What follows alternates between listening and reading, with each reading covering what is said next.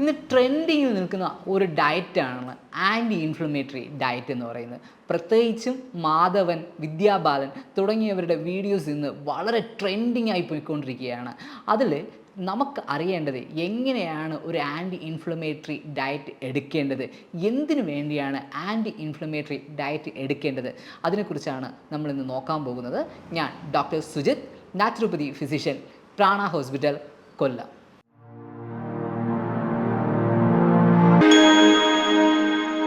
Anti inflammatory diet. അപ്പോൾ എന്താണ് anti inflammatory? അപ്പോൾ ഇൻഫ്ലമേഷനെ കുറയ്ക്കുന്നതാണ് ആൻറ്റി ഇൻഫ്ലമേറ്ററി. അപ്പോൾ ഇൻഫ്ലമേഷനെ കുറയ്ക്കുന്നതിന് വേണ്ടിയുള്ള ഡയറ്റാണ് ആൻറ്റി ഇൻഫ്ലമേറ്ററി ഡയറ്റ് എന്ന് പറയുന്നത്. ഇൻഫ്ലമേഷൻ എന്ന് പറയുമ്പോൾ അനവധിയുണ്ട്. നമ്മുടെ കാലിൽ വരുന്ന ഇൻഫ്ലമേഷനുണ്ട്, നമ്മുടെ വയറ്റിൽ വരുന്ന ഇൻഫ്ലമേഷനുണ്ട്, നമ്മുടെ തൈറോയ്ഡ് ഗ്രന്ഥിക്ക് വരുന്ന ഇൻഫ്ലമേഷനുണ്ട്. നമ്മുടെ തൈറോയ്ഡ് ഗ്രന്ഥിക്ക് വരുന്ന ഇൻഫ്ലമേഷനെ തൈറോയ്ഡൈറ്റീസ് എന്ന് പറയുന്നുണ്ട്. നമ്മുടെ മുട്ടുകൾക്ക് വരുന്ന, അതായത് നമ്മുടെ എല്ലുകൾക്ക് വരുന്ന ഇൻഫ്ലമേഷനെ നമ്മൾ ഓസ്റ്റിയോ ആർത്രൈറ്റിസ് എന്ന് പറയുന്നുണ്ട്.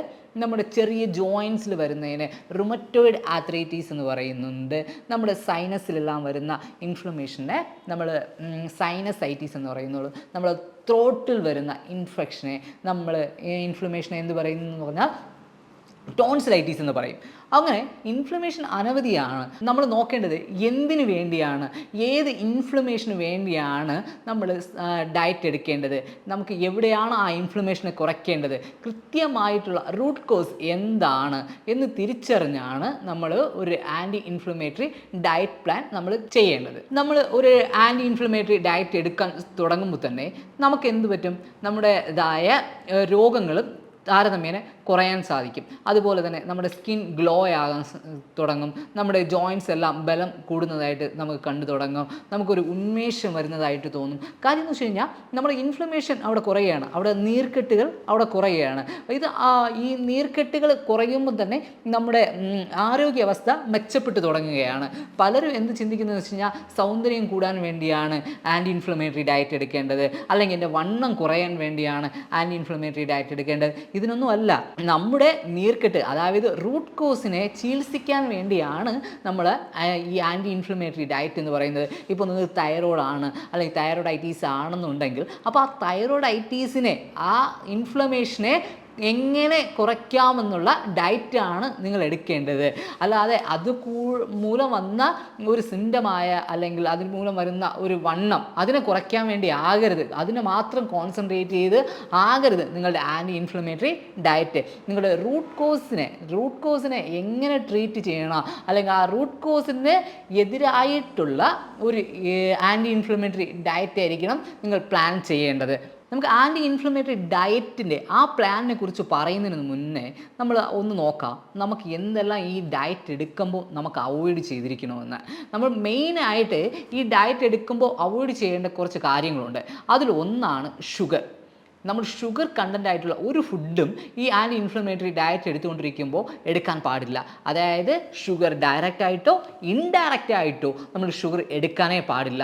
അതായത് ഇൻഡയറക്റ്റ് എന്ന് പറയുമ്പോൾ നമ്മൾ ലഡു, ജിലേബി, നമ്മുടെ ഹലുവ ഇങ്ങനെ തുടങ്ങിയ ഐറ്റങ്ങളിലെല്ലാം ഇൻഡയറക്റ്റ് ആയിട്ടാണ് ഷുഗർ ആഡ് ചെയ്തിരിക്കുന്നത്. അപ്പോൾ അതൊന്നും തന്നെ എടുക്കാൻ പാടില്ല. ഇനിയുള്ളത് പാക്ക്ഡ് ഫുഡ് എന്ന് പറയുമ്പോൾ നമ്മുടെ ചിപ്സിൽ തുടങ്ങി നമ്മുടെ ചിപ്സ്, നമ്മുടെ കൂൾ ഡ്രിങ്ക്സ്, അങ്ങനെ തുടങ്ങിയ പല ഐറ്റങ്ങളായിട്ടുള്ള പാക്ക്ഡ് ഫുഡ് നമ്മൾ പൂർണ്ണമായിട്ടും അവോയ്ഡ് ചെയ്തിരിക്കണം.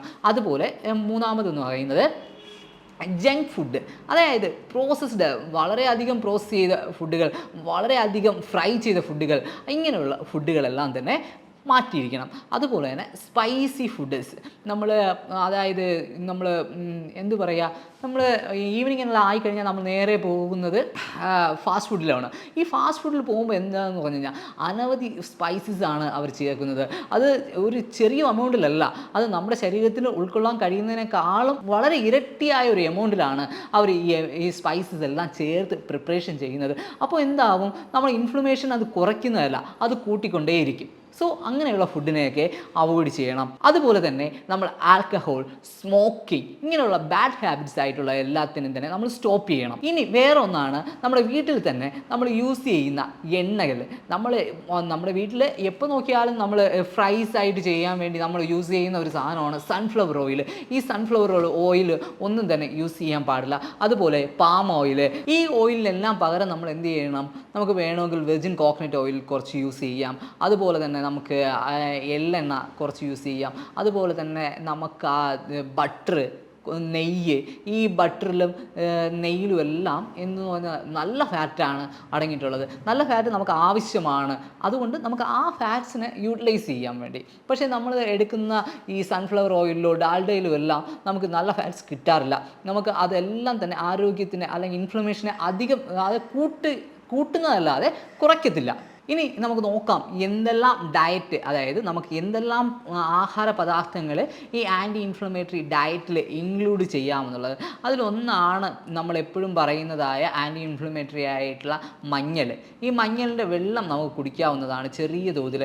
ഒരുപാട് മഞ്ഞൾ എടുക്കാൻ പാടില്ല, അത് കിഡ്നി എല്ലാം ഡാമേജ് ആകുന്നതിന് കാരണമാകും. ചെറിയ തോതിൽ മഞ്ഞളും അതുപോലെ പെപ്പറും ആഡ് ചെയ്ത് നമുക്ക് എടുക്കാവുന്നതാണ്. അതുപോലെ തന്നെ വെറ്റില എന്ന് പറയുന്നത് ഒരു വലിയൊരു ആൻറ്റി ഇൻഫ്ലമേറ്ററി ആണ്.